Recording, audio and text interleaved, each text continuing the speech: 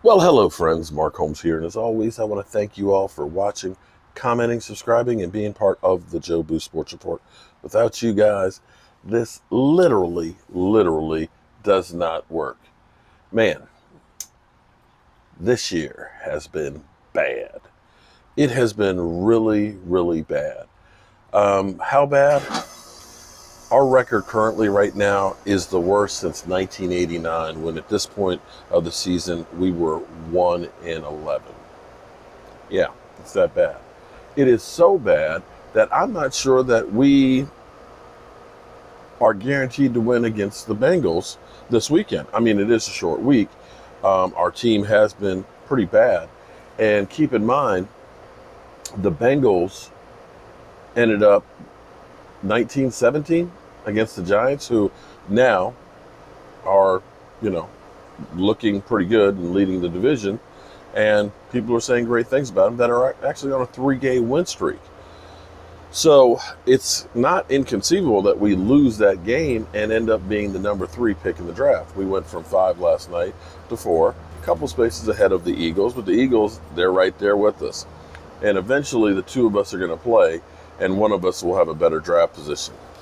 So they say if you don't have a quarterback, then you don't really have a team, that it's hard to do anything if you do not have a quarterback.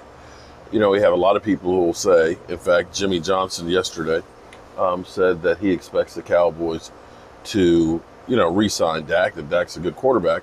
However, expecting to be in this position to draft a quarterback, again, you don't expect to be there. So you may even want to look at that one. So, of course, there's fly in the ointment right there. Now, Stephen Jones. We're seeing the evolution of Stephen Jones. Stephen Jones did not talk a whole lot. And it used to be kind of like E.F. Hutton. Only you old people will understand the reference of E.F. Hutton. But it used to be when E.F. Hutton talks, they were stockbrokers, people listened. And the thing about Stephen Jones was, when he said something, you could kind of read between the lines, and you really got the gist of what they were doing.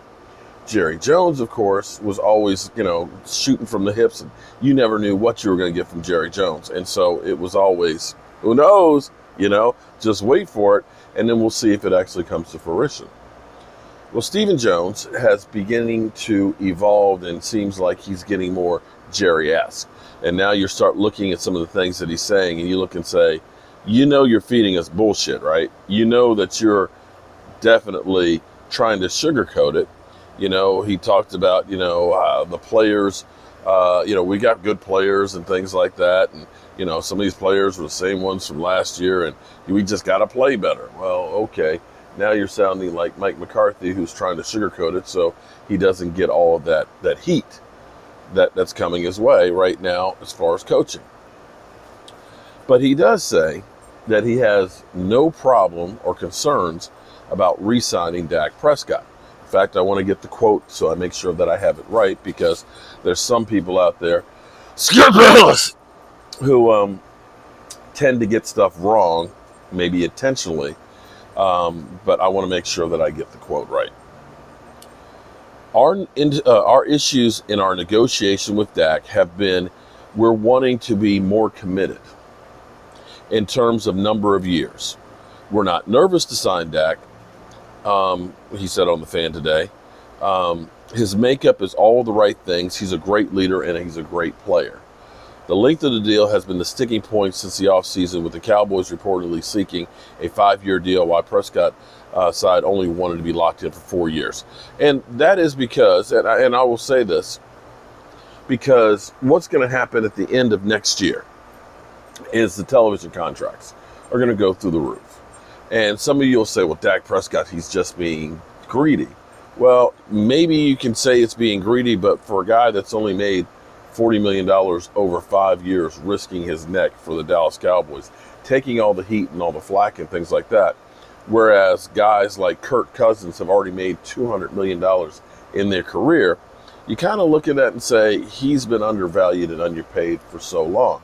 The fact that the Cowboys were able to get out from underneath Tony Romo's as well as Des Bryant's contract are directly attributed because of having Dak Prescott not getting paid. The fact that we're able to make contracts for guys like D-Law, Jalen Smith, and Zach Martin, and Tyron Smith, and Lyle Collins, all of these guys was because you hadn't been paying a quarterback. Well, the bills are due, and you do eventually have to pay a quarterback. And this is where they are right now with, you've got to pay them. Now, the reality is the reason why the Dak Prescott camp wanted a shorter contract is because the market's going to be reset. Let's be clear. Early projections of where the salary cap would be in 2026 were over $460 million. That's doubling and then some where it's at. At your job, you don't want to work for half the price of the guy doing the same job next to you who might not even be putting in as much work. And so from the standpoint of that, yeah, it's kind of like where the market is. You look at Deshaun Watson getting $39 million. You look at Mahomes, $45 million. And bringing up the rear, guys like Kirk Cousins that are getting 33, Carson Wentz, 33.5, Jared Goff, 33. So you see that the money, which always ends up basically doubling, quarterback compensation doubles every 5 years, minimum.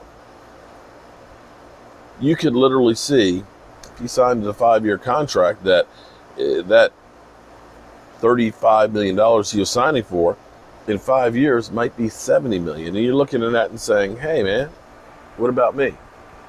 And you only have a finite time to make your money. So I think that maybe there's an eye-opening for the Cowboys and Stephen Jones and Jerry Jones, because as the saying goes, you don't miss the water till the well runs dry. Well, right now, the well has run dry with the Dallas Cowboys. It's definitely run dry. And if you don't have appreciation for what Dak Prescott's been able to do for the Cowboys, well, you must be blind, because this team's offense was going with Dak Prescott. And it certainly ain't busting the grape with Andy Dalton. It just isn't. And so to know that this offseason you can improve your quarterback position 100% without a single draft pick, I think the Joneses recognize, yeah, we got to get that guy healthy and get that guy back. One other note, and shout out to Marcus Spears for pointing this out, and shout out to Miss Jackie for sharing it to me.